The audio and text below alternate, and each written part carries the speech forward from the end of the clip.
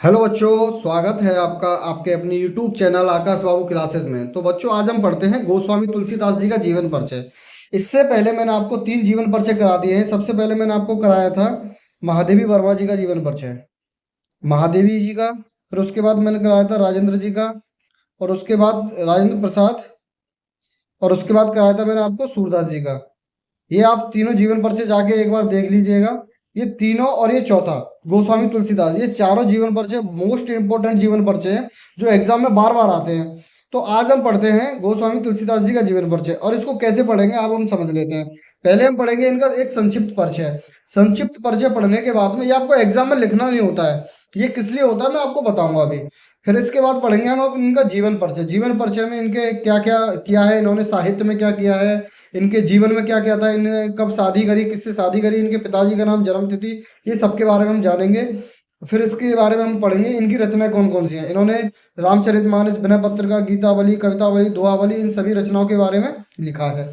तो हम सबसे पहले पढ़ना चाहते हैं संक्षिप्त परिचय। देखो, संक्षिप्त परिचय पढ़ने का हमारा आशय क्या है। जब हम किसी भी कवि का और लेखक का जीवन परिचय जब हम लिखते हैं एग्जाम में, तो हमें कुछ की पॉइंट्स याद रहने चाहिए जो एग्जाम में लिखने बहुत जरूरी है।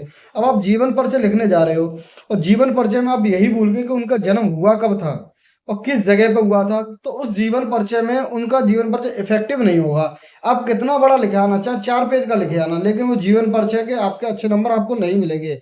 क्यों?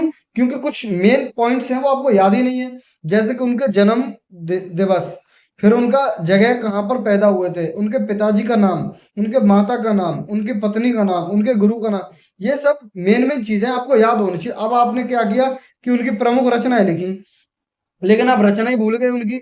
जैसे रामचरितमानस है, ये मोस्ट इंपोर्टेंट रचना है उनकी। जब आप कभी भी प्रमुख रचना गोस्वामी तुलसीदास जी की लिखें, तो नंबर फर्स्ट पर रामचरितमानस ही आनी चाहिए। कवितावली, गीतावली, दोहावली, जानकी मंगल, विनय पत्रिका, ये इनकी सभी इंपोर्टेंट क्या नाम रचना है जो मैंने ली हुई है। और ये हो सके तो इनमें से 4 तो आपको लिखनी ही लिखनी है, जब आपको बहुत अच्छे नंबर मिलेंगे। तो बच्चों, हम स्टार्ट करते हैं इनका संक्षिप्त परिचय। संक्षिप्त परिचय में अब हम पढ़ते हैं कि इनका उपनाम क्या था। उपनाम मतलब इनको और किस नाम से जाना जाता था। जैसे कि बहुत सारे बच्चों को घर के किसी नाम से जाना जाता है, तो इनको भी किसी उपनाम से जाना जाता था। और उपनाम हमेशा किसी ना किसी कारण से लिखा जाता है। जैसे कि इनका जो राम बोला नाम है, राम बोला नाम इनका ऐसे ही नहीं पड़ गया। राम बोला क्या था, इन्होंने सबसे पहले जो राम का उच्चारण किया था पैदा होने के बाद में, इन सबसे पहले अपना जो उच्चारण किया था वो राम का उच्चारण किया था। अब हम इनके जन्म के बारे में जान लेते हैं। इनका जन्म हुआ था 1523 ईस्वी में। यहाँ लगभग क्यों लिखा है हमने पीछे, लगभग इसलिए लिखा है कि इनके जन्म और जन्म स्थान दोनों को लेके विद्वानों में बहुत सारे मतभेद हैं। कुछ विद्वान इनका जन्म स्थान कहीं और बताते हैं, कुछ जन्म तिथि इनकी कुछ और बताते हैं। तो इस वजह से आप जब कभी भी इनका जन्म जीवन परिचय लिख के आओ, तो जन्म के पीछे इस ब्रैकेट में लगभग जरूर लिख देना। क्यों? क्योंकि जब विद्वानों में मतभेद हैं, तो एक मत नहीं बना विद्वानों का कि इनका जन्म स्थान है कहाँ पर, इनकी जन्म तिथि है कौन सी, कोई एक मत नहीं बन पाया। जिस विद्वान ने अपनी हिसाब से इनका जीवन परिचय लिखा, उन्होंने अपना ही जन्म स्थान और जन्म लिखा। तो इनके पिताजी का नाम, इनका स्थान कहाँ था, ये कहाँ पे पैदा हुए थे, राजापुर, एटा। एटा जब कासगंज का भाग था, तो इस कभी कभी यहाँ पे कासगंज भी लिखा आता है, जो उत्तर प्रदेश का एक जिला है। इनके पिताजी का नाम था आत्माराम दुबे, इनके माता का नाम था हुलसी, इनकी पत्नी का नाम था रत्नावली। इनके बारे में हम अच्छे तरीके से पढ़ेंगे। इनकी पत्नी का नाम आपको जरूर पता होना चाहिए, क्योंकि इसमें जब जीवन परिचय लिखते हैं तो इनकी पत्नी के 2-3 टर्म्स हैं जो इसमें आते हैं, वो हमें लिखना बहुत जरूरी है, जो बहुत ज्यादा इफेक्टिव बनाता है इनके जीवन परिचय को। फिर इनके गुरुजी का नाम स्वामी नरिहरिदास। इनकी भाषा शैली अवधी भाषा और ब्रज भाषा। अब ये क्या है, भाषा शैली का मतलब होता है जब इन्होंने कविताएं लिखी, तो कविताएं जैसे कुछ लोग होते हैं इंग्लिश में लिखते हैं कुछ कविताएं, कुछ लोग होते हैं भोजपुरी में लिखते हैं, कुछ लोग होते हैं खड़ी बोली में लिखते हैं। तो इनकी भाषा जो थी, भाषा शैली क्या थी, इनकी भाषा थी अवधी भाषा और ब्रज भाषा। इन्होंने इन 2 भाषाओं में अपनी कविताएं लिखी हैं। फिर इनकी भक्ति धारा क्या थी, ये सगुण भक्ति के कवि थे। सगुण भक्ति क्या होती है, जो राम की कविताएं लिखते हैं, राम के बारे में लिखते हैं, उन्हें बोलते हैं हम सगुण भक्त। जो कुछ निर्गुण निर्गुण भक्ति के होते हैं, कुछ सागर हरि भक्ति के होते हैं। तो ये कौन सी भक्ति धारा के थे, सगुण भक्ति धारा के कवि थे। इनकी कुछ प्रमुख रचनाएं हैं जो आपको बहुत इंपॉर्टेंट रचनाएं हैं, और वो आपको बहुत ज्यादा याद होनी चाहिए। और कुछ तो बेस्ट इंपॉर्टेंट है जो मैंने टिक लगा दूंगा, जैसे कि रामचरितमानस। रामचरितमानस हुई, एक जानकी मंगल और एक विनय पत्रिका। ये तो मोस्ट इंपोर्टेंट है। ये तो आपको जब आप लिखने जाओ जीवन परिचय तो आपको ये तीन तो लिख के है आनी आनी है। बाकी के अगर आपको दो तीन और याद हो तो आप अच्छे से लिख के आना, तो आपका जीवन परिचय आपको फुल मार्क्स मिलेंगे। तो हम स्टार्ट करते हैं इनका जो मेन जीवन परिचय वहां से। जैसे गोस्वामी तुलसीदास जी का आप जीवन परिचय लिखने जाओगे तो सबसे पहले ऊपर डाल देना गोस्वामी तुलसीदास। फिर एक ब्लैक पेन से आप हेडिंग लोगे जीवन परिचय। फिर आप ब्लू पेन उठाना और स्टार्ट करना हिंदी साहित्य के महान कवि। मतलब इनको कवि क्यों कहते हैं, उनको लेखक क्यों नहीं कहते? क्योंकि तुलसीदास जी ने कहानियां कम लिखी हैं, इन्होंने कविताएं बहुत लिखी हैं। और जो कवि कविता लिखते हैं उन्हें कवि कहा जाता है, ना कि लेखक। तो हिंदी साहित्य के महान कवि कवि गोस्वामी तुलसीदास जी का जन्म, गोस्वामी तुलसीदास जी का जन्म सन 1532 ईस्वी में बांदा जिले के राजापुर गांव में हुआ था।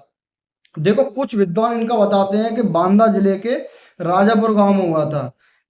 उनकी जन्म तिथि तथा जन्म स्थान को लेकर काफी मतभेद है। कुछ विद्वान उनकी जन्म तिथि बताते हैं 1511 है। देखो कुछ जो विद्वान बताते हैं 1532। इस वजह से मैंने आपको जो लिखाया था, जैसे यहाँ पे 1523 जो लिखाया है, ये भी गलत नहीं है, क्योंकि कुछ विद्वान इसे 1523 भी मानते हैं। इस वजह से आप जो भी जन्म तिथि लिखो उसके ब्रैकेट में आप लगभग जरूर लिख देना। जैसे देखो यहाँ 1532 भी बताते हैं, कुछ कुछ 1511 भी बताते हैं, कुछ 1554 भी बताते हैं।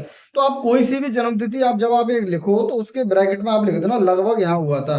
और आप जो भी जन्म स्थान लिखो तो फिर उसके बाद में ये लिख देना कि इनके जन्म स्थान के बारे में विद्वानों में अधिक मतभेद हैं, जिसकी वजह से कुछ विद्वान इनका जन्म स्थान यहाँ मानते हैं और कुछ जन्म स्थान यहाँ मानते हैं। आप दोनों को लिख देना जो भी याद हो आपको। जैसे राजापुर गांव में हुआ था हमने ये लिख दिया। इनकी जन्म तिथि 1511 और 1554 में, तथा कुछ इनका जन्म उत्तर प्रदेश के सोरो क्षेत्र जो कहाँ पड़ता है, कुछ गोंडा क्षेत्र में बताते हैं। सुर सुकर खेत में भी मानते हैं। गोंडा जिले का एक स्थान है सुकर खेत, वहां भी इनका एक जन्म स्थान मानते हैं कुछ विद्वान। तो ऐसा नहीं है कि आपको सारे याद रहने चाहिए कि सोरो क्षेत्र में हुआ था, कि गोंडा में हुआ था, या सुकरखेत में हुआ था, कि राजापुर में हुआ था, एटा में हुआ था। मतलब जरूरी नहीं है कि आपको सारे याद हों। आपको एक लिख देना और उसके बाद में लिख लेना इनके जन्म स्थान को लेकर विद्वानों में अधिक ज्यादा मतभेद हैं, इस वजह से इनका कुछ विद्वान ये मानते हैं कुछ ये मानते हैं। एक एक और लिख देना बस, और ज्यादा कुछ करना नहीं है आपको। जरूरी नहीं है आपको सारे याद हों, जरूरी नहीं है आपको सारी जन्म तिथि याद हो, 1532, 11, 54, 23 ये सारी याद हो जरूरी नहीं है। ये मत कर देना तुम 1611 कर दो, लिखना 1500 ये कुछ है। अब लिखते हैं इनके पिता का नाम आत्माराम दुबे। इनके पिता का नाम क्या था बच्चों, आत्माराम दुबे, तथा माता का नाम क्या था, हुलसी। ये नॉर्मल आपको नाम याद रखने, इनके बारे में कुछ ज्यादा याद नहीं रखना कि इनके पिताजी के ये थे या वो थे, इनकी माता जी ये करती थी या वो करती थी। ये नॉर्मल इनके आपको नाम याद रखने बस। जन्म के बाद सबसे पहले इन्होंने राम नाम का उच्चारण किया। जैसे कि हमने बोला था कि इनका उपनाम क्या है, राम बोला।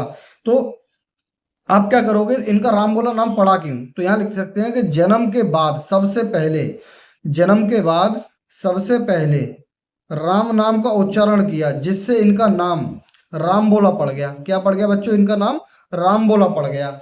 जन्म के बाद उनकी माँ का निधन हो गया। ये आपको याद रखना है कि जन्म के बाद इनकी माँ का निधन हो गया था।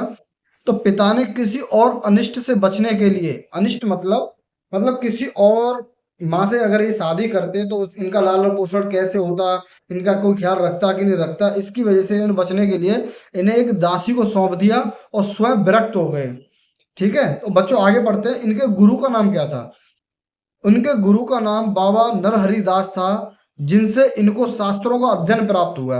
आपको पता होना चाहिए कि इन्होंने जो ज्ञान प्राप्त किया था, इनके उन गुरु का नाम क्या था जिससे इन्होंने अपना ज्ञान प्राप्त किया। तो इनके गुरु का नाम था बाबा नरहरि दास, जिन्होंने अपने शास्त्रों का अध्ययन प्राप्त किया। तो बच्चों आगे पढ़ते हैं हम। दीनबंधु पाठक की कन्या, वहीं एक पंडित जी थे, उनकी एक कन्या थी रत्नावली। क्या थी उनकी एक कन्या थी रत्नावली। रत्नावली के साथ तुलसीदास जी का विवाह हो गया बच्चों। विवाह के पश्चात कुछ समय के लिए वह काशी चले गए। उनको उनके मायके में छोड़कर वो कहाँ चले गए, काशी चले गए अध्ययन के लिए। वहां इन्होंने शेष सनातन जी के पास रहकर वेद वेदांग का अध्ययन किया। इन्होंने क्या किया था, वेद वेदांगों का बहुत अध्ययन किया शेष सनातन जी के पास रहकर काशी में। ठीक है बच्चों। वहां रहते हुए वहां रहते हुए एक दिन अपनी पत्नी की याद में व्याकुल हो उठे। इनको अपनी पत्नी जी की बहुत ज्यादा याद आ गई। तो याद में क्या हुआ कि रात्रि में याद आई और रात्रि में ही वहां से उठ के चल दिए। और उस समय पर आंधी और तूफान बहुत तेजी पे था। फिर भी आंधी और तूफान का सामना करते हुए पत्नी से मिलने अपने ससुराल जा पहुंचे। मतलब इतनी आंधी और तूफान, ऐसी कैसी याद आई कि आंधी और तूफान का सहारा भी नहीं देखा उन्होंने, कि बहुत ज्यादा आंधी और तूफान थे, फिर भी वो कहाँ चले गए, ससुराल चले गए। इस पर पत्नी ने इन्हें बहुत फटकारा कि ये जब आपको याद आ रही थी तो बहुत ज्यादा, तो आंधी तूफान शांत हो जाता, आराम से आ जाते। इस पर वो बहुत गुस्सा हुई और उनको बहुत ज्यादा फटकारा। इससे उनका मन वैराग्य उनके मन में वैराग्य उत्पन्न हो गया। मतलब उनके मन को बहुत गंदा लगा कि मुझे अपनी पत्नी की इतनी याद आई और मैं इतना आंधी तूफान से लड़ता झगड़ता यहाँ तक पहुंचा और मेरी पत्नी ने मुझे इस तरीके से बोला। तो उन्होंने सोचा कि उन्होंने इनकी पत्नी ने एक शब्द बोला कि ये हाड़ मास के शरीर में क्या रखा है, अपना ध्यान राम की भक्ति में लगाओ तो आपको बहुत कुछ मिलेगा। तो इससे इनका मन वैराग्य हो गया। मतलब इनके मन में एक खटास बैठ बैठ गई, अब मुझे केवल अपने राम जी की भक्ति में ही लीन हो जाना है। तो तथा उनके तीर्थ स्थलों का भ्रमण करते हुए तो वो वहां से चले गए और काशी में जाकर उन्होंने अनेक तीर्थ स्थलों का भ्रमण किया और राम की पवित्र चरित्र का गायन किया। राम के पवित्र चरित्र का गायन करने लगे। और वही उसी के बाद काशी के 80 घाट पर सन 80 घाट पर काशी के 80 घाट पर सन 1623 ईस्वी में इनका निधन हो गया। इसके बाद हम पढ़ लेते हैं कि इन्होंने कुछ रचनाएं लिखी हैं जो निम्नलिखित हैं। जैसे कि इनकी एक रचना है सबसे पहले, जो इस जिसकी वजह से बहुत ज्यादा प्रसिद्ध हुए, रामचरितमानस। रामचरितमानस की वजह से बहुत ज्यादा प्रसिद्ध हुआ और ये इनकी ये सुप्रसिद्ध रचना है। और ये आपको पता ही होना चाहिए कि तुलसीदास की एक रचना है श्री रामचरितमानस, दूसरी है विनय पत्रिका, तीसरी है गीतावली, चौथी है कवितावली और पांचवी है दोहावली। होने के लिए तो और भी हैं, ये मैंने मोस्ट इंपोर्टेंट है जो 5 लिए हैं आपको। तो बच्चों आपको इस तरीके से जीवन परिचय लिखना है। और आप अगर इस तरीके से जीवन परिचय लिख कर आते हो तो आपको 4 मार्क्स में से 4 मार्क्स पूरे मिलेंगे, ये मेरी गारंटी है। तो बच्चों अब हम क्या करते हैं कि नेक्स्ट टॉपिक आपको हिंदी में कराएंगे।